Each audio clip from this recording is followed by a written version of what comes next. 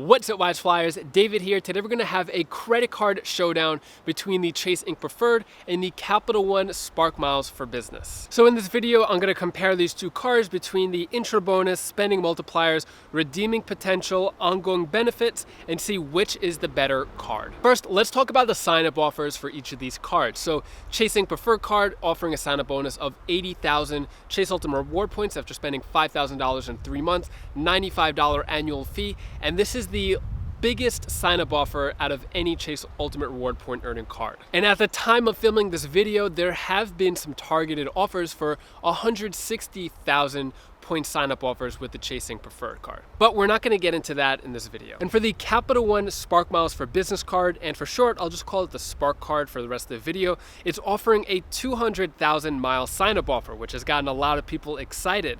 But you have to spend $5,000 to get 50,000 miles in the first 3 months. Then you get 150,000 miles after spending $50,000 on purchases in the first 6 months. So because you're getting 2 miles per dollar with this card, if you do spend 50,000 miles, you're going to get an additional 100,000 miles, which will bring it to 300,000 miles that you're going to get after all said and done. Now, because these are business cards, maybe it may make sense. So if spending $50,000 in 6 months seems like a lot to you, then the Capital One, then the Spark card is probably kind of out of your league. It's definitely out of my league. I'm not going to spend that much on business. But if that's in the realm of how much you're able to spend, then I could see how it's a very attractive offer. Compared to the Chase Ink Preferred card, I think most people could get that card and complete the minimum spending of $5,000 in 3 months. It's more manageable for most people compared to spending $50,000 in 6 months. But because these are business cards, I'm just going to go based on numbers. The winner of this category is going to be the Capital One Spark card.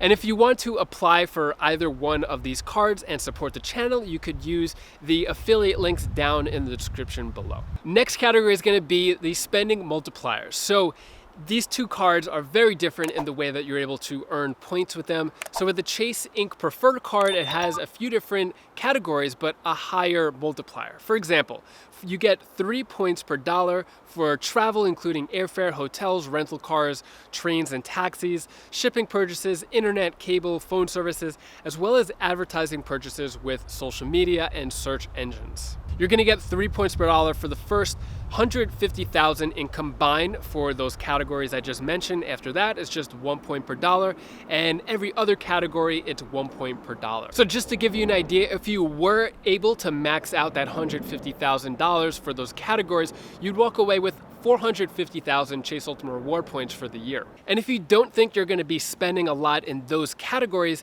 then the Capital One Spark card could probably have you covered. It's just a basic 2 miles per dollar spent everywhere, unlimited. You don't have to worry about certain categories and stuff like that. If you just want 2 miles per dollar, then Spark has you covered.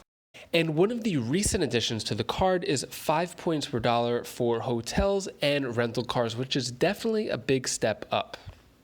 So because the Chase Ink Preferred card allows you opportunities to earn more points per dollar than the Spark card, I'm going to give the winner of this category over to the Chase Ink Preferred card. Next category is going to be redeeming potential. So both the Capital One Spark card and Chase Ink Preferred card are offering the option to transfer to partners to get more value out of those points. And they actually have some overlap between the transfer partners. For example, there's 4 partners that Capital One and Chase Ultimate Reward points actually have together.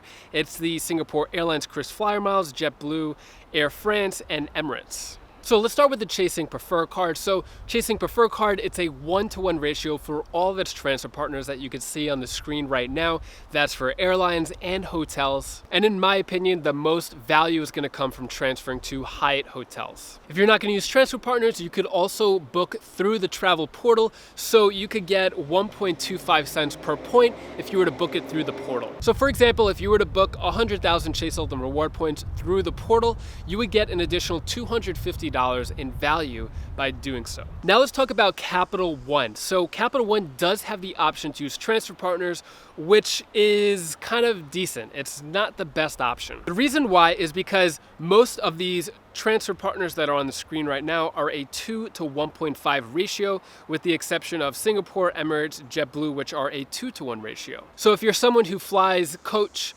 most often it's going to be hard to find value in Capital One transfer partners. Maybe unless they offer a transfer bonus, then you could get enough value out of it. If you fly business and first class a lot, then it's a lot easier to get a higher cents per point value when transferring to partners with Capital One. You could also use Capital One for travel purchases, and it's kind of like the eraser of travel purchases. So for example, let's just say you were to book a $1,000 flight with Capital One. You could book it and then apply however many miles you want towards that purchase. So if you have 100,000 Capital One miles, then you could apply 100,000 miles to that $1,000 purchase and erase it. Or you could apply 800,000, 500,000, however many miles you have, you could kind of knock down the price by applying the miles after you make the purchase, compared to Chase, where you have to have the points in hand first before you can make that purchase. Although I think this option with Capital One miles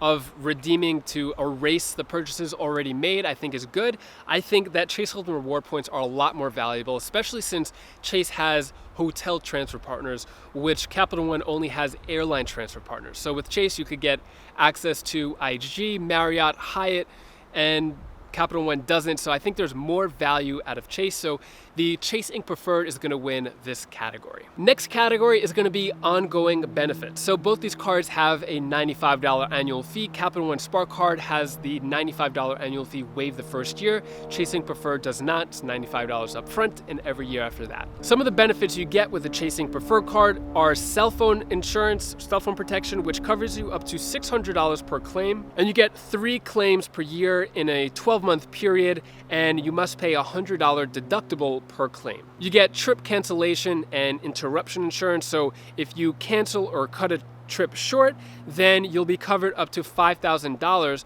for any prepaid non-refundable travel expenses. Next is trip delay reimbursement. So if you are delayed 12 hours or more and you have to stay overnight in a hotel, or you have to take another flight that'll be up to $500 per ticket, then you're covered by this travel protection benefit. You get primary car rental coverage, so if there's any accidents that happen, then you don't have to go through your personal insurance first. The Chase Inc. Preferred card will cover it with rental insurance. Compared to secondary insurance, where it goes through your personal insurance first, then whatever's left over, then the secondary insurance will cover. So I think the primary rental car insurance is really valuable. This way you don't have to purchase rental insurance with the rental car companies at the desk. And you also get extended warranty protection. And now with the Capital One Spark card, the ongoing benefits are this. You're gonna get purchase security, which covers purchases up to 90 days against damage or theft, up to $10,000 per claim and $50,000 per card holder. You're gonna get primary rental car insurance, just like the Chase Inc. Preferred card. Extended warranty, which will double the time period of the original manufacturer's US warranty up to 1 additional year. And you also get Visa Savings Edge, which is very similar to Amex offers, which kind of give deals that if you activate and you use it on the card, then you kind of get discounts and stuff for different stores and businesses.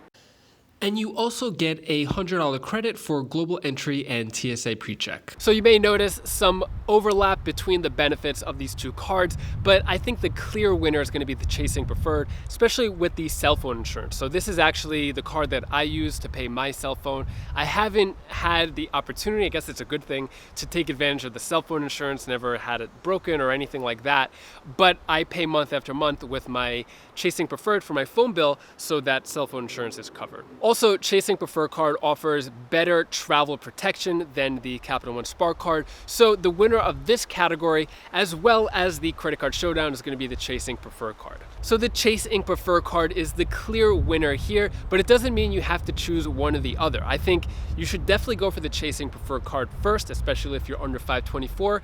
And if you see that you could get value out of the Capital One Spark card, then you could go for that one too, but ideally you want to go for it after 524. So the Capital One Spark card will count towards your 524, so you want to make sure that you're past 524, you get all your good Chase cards, then go for the Capital One Spark card after. So let me know your opinion. Which card do you think is better? Capital One Spark, Chase Ink Preferred? I would love to hear it in the comments below. And if you want to watch more credit card showdowns, you could click this link over here or this video down over here, and I'll see you in the next video.